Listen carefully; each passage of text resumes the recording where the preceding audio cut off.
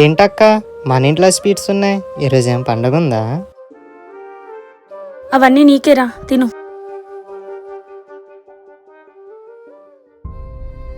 మీ అక్కకు పెళ్లి సంబంధం కుదిరిందిరా.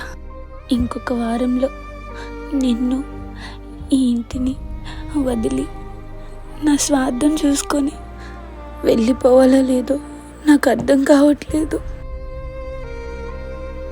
అవునా అక్క?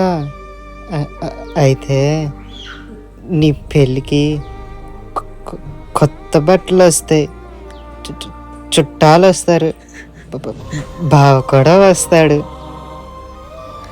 నేను వెళ్ళిపోతే నీకు బాధగా లేదా తమ్ముడు? బాధ ఎందుకక్క?